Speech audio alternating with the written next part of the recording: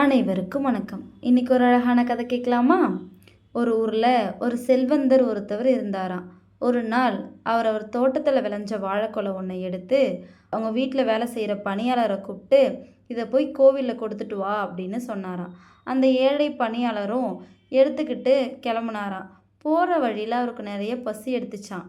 அதனால் அந்த கொலையிலிருந்து 2 பழங்களை பறித்து அவர் சாப்பிட்டாராம். மீதி பழத்தை கோவில் எடுத்துகிட்டு போய் கொடுத்துட்டாராம்.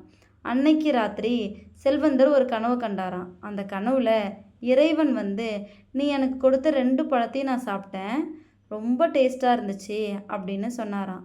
செல்வந்தருக்கு ரொம்ப கோவம் வந்துச்சான். ஒரு குலை பழம் கொடுத்து அனுப்பியிருந்தோம், இறைவனுக்கு 2 தான் போய் சேர்ந்துருக்கு, மீதி பழம்லாம் எங்கே போச்சு அப்படின்னு கோவப்பட்டாராம். மறுநாள் காலையில் அந்த பணியாளரை கூப்பிட்டு விசாரிச்சாராம். அந்த பணியாளர் பசிச்சதுனால போகிற வழியில் நான் தான் 2 பழத்தை சாப்பிட்டேன்னு ஒத்துக்கிட்டாராம். மீதி பழத்தெல்லாம் போய் கோவில்லே கொடுத்துட்டேன் அப்படியும் சொன்னாராம். செல்வந்தருக்கு அப்போ தான் புரிஞ்சுதான், அந்த ஏழை சாப்பிட்ட 2 பழம் மட்டும்தான் இறைவனுக்கு போய் சேர்ந்துருக்கு அப்படின்னு. இதோட இந்த கதை முடிஞ்சிச்சு. இந்த கதை நமக்கு என்ன சொல்லுது அப்படின்னா, ஏழையின் சிரிப்பில் இறைவனை காண்போம். இந்த கதை உங்கள் எல்லாருக்கும் பிடிச்சிருக்குன்னு நம்புகிறேன். இன்னொரு அழகான கதையில் நாளைக்கு சந்திப்போம். நன்றி.